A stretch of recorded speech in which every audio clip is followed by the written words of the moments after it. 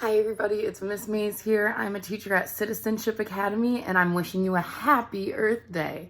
I know a lot of you still have some questions about Earth Day, and if we were in school, we would have been celebrating it all week.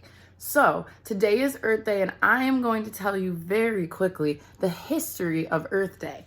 So I'm getting this exact quote from earthday.org, and I would be so happy if after this video you went to earthday.org. They have a bunch of activities, more information about Earth Day, and it's very, very important that we all know what Earth Day is and we all take a part in it. So, Earth Day was a unified response to an environment crisis. There were oil spills happening, smog, which is thick fog that is pretty dangerous to you. You could get sick from it, or others can. Rivers were very polluted with trash, oil. There were rivers that were even catching on fire.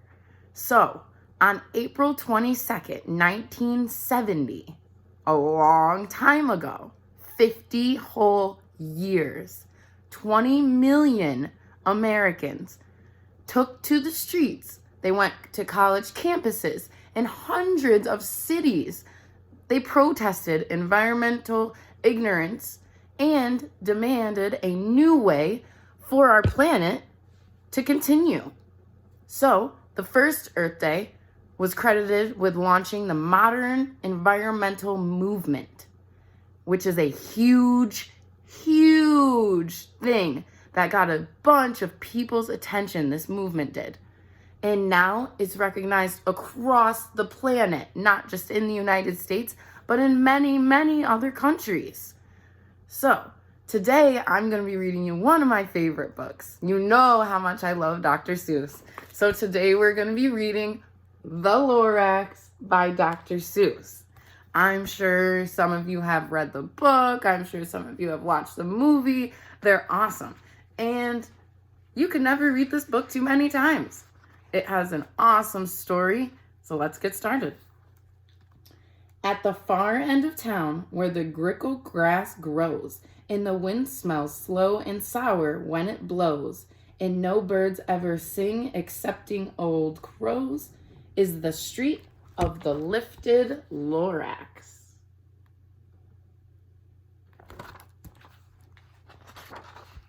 And deep in the grickle grass, some people say, if you look deep enough, you can still see today, where the Lorax once stood, just as long as it could, before somebody lifted the Lorax away.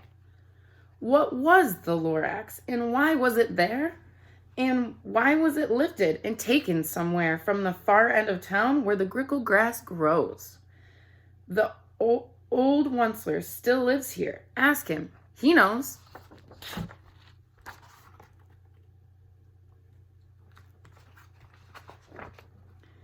You won't see the Onceler. Don't knock at his door. He stays in the lurkum on top of his store. He lurks in his lurkum, cold under the roof, where he makes his own clothes out of muffled moof. And on special dank midnights in August, he speaks out of the shutters, and sometimes he speaks. And he tells how the Lorax was lifted away. He'll tell you, perhaps, if you're willing to pay.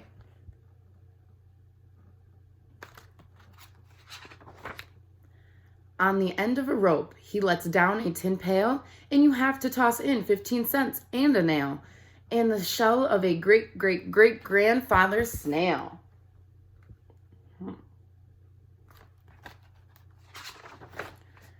Then he pulls up the pail, makes a most careful count to see if you've paid him the proper amount. Then he hides what you paid him away in his snub, his secret strange hole in his gloverous glove. Then he grunts, I will call you by whisper my phone, for the secrets I tell you are for your ears alone.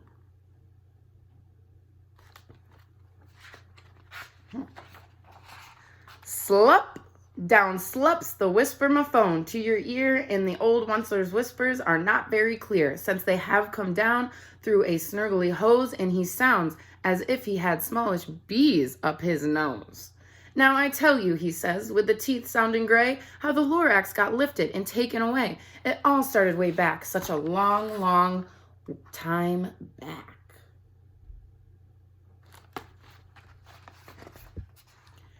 Way back in the days when the grass was still green and the pond was still wet and the clouds were still clean and the song of the swans rang out in space one morning, I came to this glorious place and I first saw the trees, the truffula trees, the bright colored tufts of the truffula trees, mile after mile in the fresh morning breeze.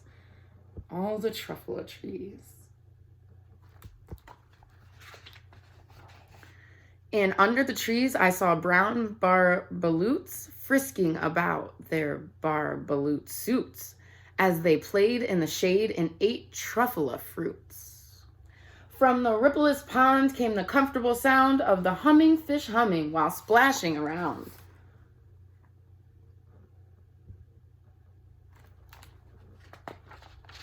But those trees, those truffula trees, all my life I've been searching for trees such as these. The touch of their tufts was much softer than silk, and they had the sweet smell of fresh butterfly milk. I felt a great leaping of joy in my heart. I knew just what I'd do. I unloaded my cart.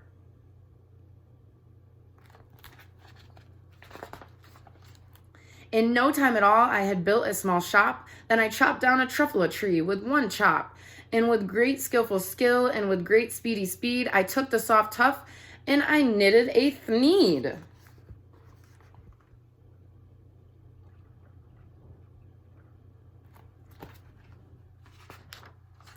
The instant I'd finished, I heard a gazump. I looked, I saw something pop out of the stump of the tree I chopped down. It was sort of a man. Describe him? That's hard. I don't know if I can. He was shortish and oldish and brownish and mossy, and he spoke with a voice that was sharpish, and bossy.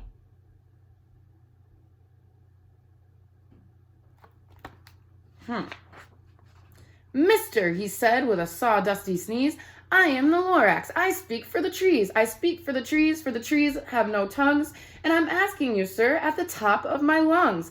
He was very upset as he shouted and puffed, what's that thing you've made out of my truffula tuft?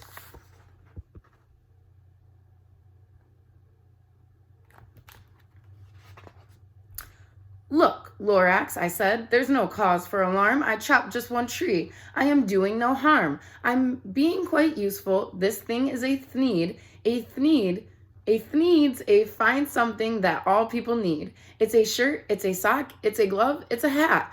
But it has other uses, yes, far beyond that. You can use it for carpets, for pillows, for sheets, or curtains, or covers for bicycle seats. The Lorax said, Sir, you are crazy with greed. There is no one on earth who would buy that fool thneed.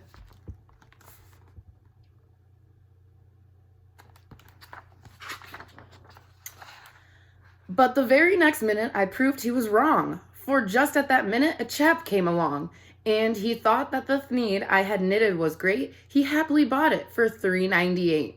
I laughed at the Lorax. You poor stupid guy. You never can tell what someone will buy.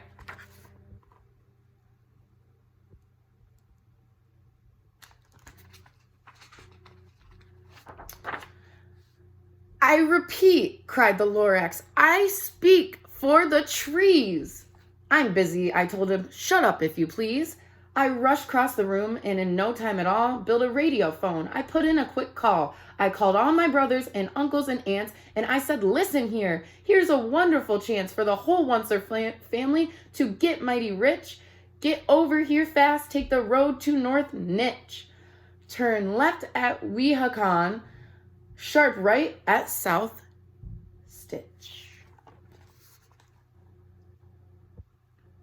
So now the Oncer's whole family knows about the Thneeds. And in no time at all, in the factory I built, the whole Oncer family was working full tilt. We were all knitting Thneeds just as busy as bees to the sound of the chopping of the truffula trees.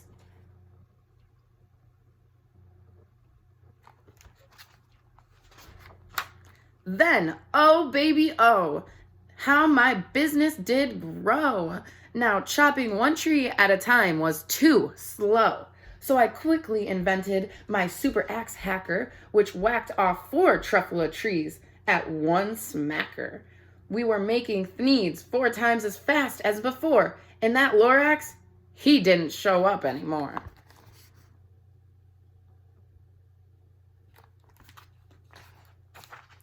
But the next week he knocked on my new office door. He snapped, "I'm the Lorax who speaks for the trees, which you seem to be chopping as fast as you please. But I'm also in charge of the brown barbaloots, who played in the shade in their barbaloot suits and happily lived eating truffula fruits. Now, thanks to your hacking my trees to the ground, there is not enough truffula fruit to go around. And my poor barbaloots are getting the crummies because they have gas and no food in their tummies."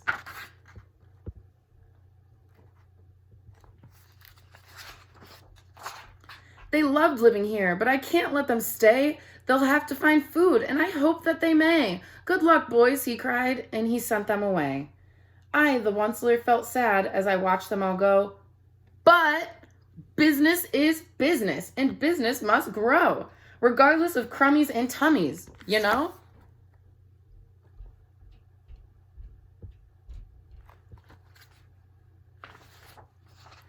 I meant no harm, I most truly did not, but I had to grow bigger, so bigger I got.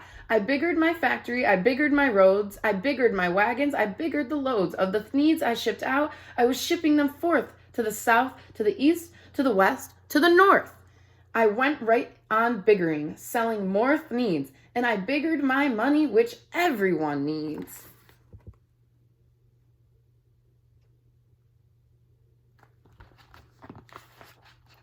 Then again he came back. I was fixing some pipes when that old nuisance Lorax came back with more gripes. "I am the Lorax," he coughed and he whiffed. He sneezed and he snuffled. He snargled, he sniffed. "Onceler," he cried with a cruffulous croak. "Onceler, you're making such smoggless smoke. My poor Swamway swans, why they can't sing a note. No one can sing who has smog in his throat."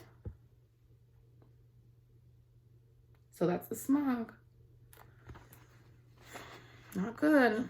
And so the Lorax said, "Please pardon my cough. They cannot live here, so I'm sending them off." Where will they go? I don't hopefully know. They may have to fly for a month or a year to escape from the smog you've smogged up around here.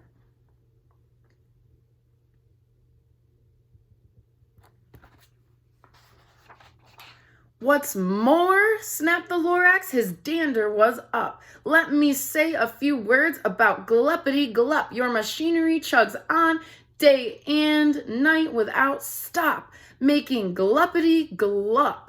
Also sloppity slop. And what do you do with this leftover goo? I'll show you, you dirty old onceler man, you."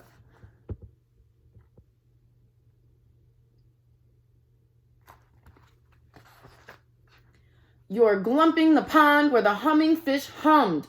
No more can they hum, for their gills are all gummed. So I'm sending them off. Oh, their future is dreary.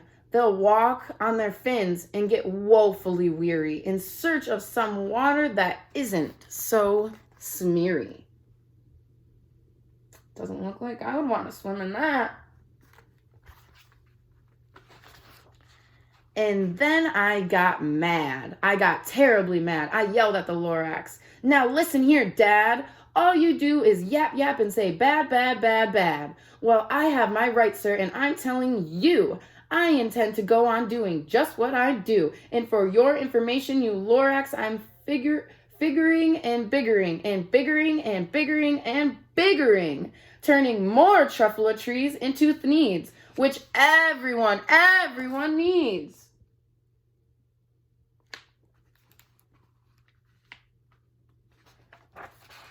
And at that very moment, we heard a loud whack. From outside in the fields came a sickening smack of an axe on a tree. Then we heard the tree fall, the very last truffula tree of them all.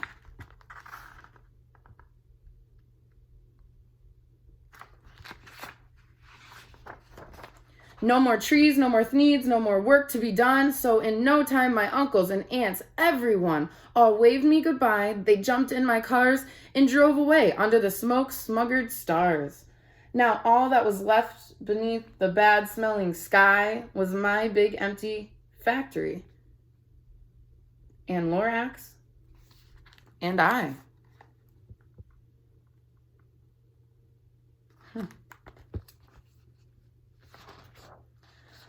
The Lorax said nothing, just gave me a glance. Just gave me a very sad, backward glance. As he lifted himself by the seat of his pants, and I'll never forget the grim look on his face when he hoisted himself and took leave of this place through a hole in the smog without leaving a trace.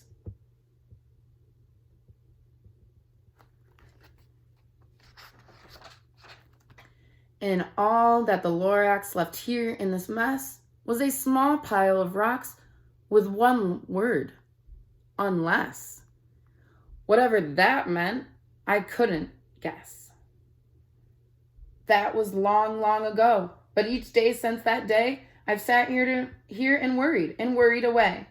Through the years, while my buildings have fallen apart, I've worried about it with all of my heart.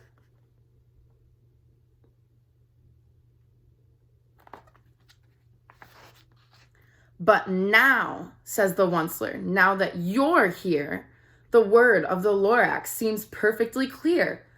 Unless someone like you cares a whole awful lot, nothing is going to get better. It's not.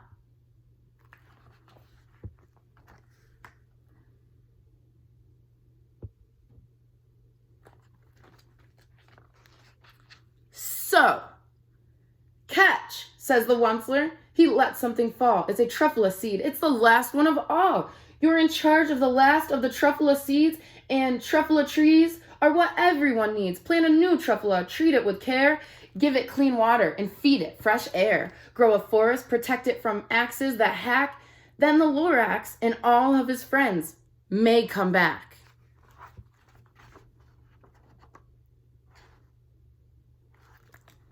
All right. That is the end of the Lorax. I hope you all enjoyed it. I have one last thing to say to you before I head out. I am challenging all of you to send me a picture, a piece of paper with words on it, or a video. And I want you to answer this question. Are you ready? Get ready. Listen. The Onceler is going to visit your community in order to make needs with your trees. How would you speak for the trees in your community? Remember how the Lorax spoke, okay? I'm really excited to see what you guys send. You can draw a picture if you want to. You can do whatever you want. I just want to see what you're thinking. All right, have an awesome day. I miss you all so much, and I can't wait to see you soon.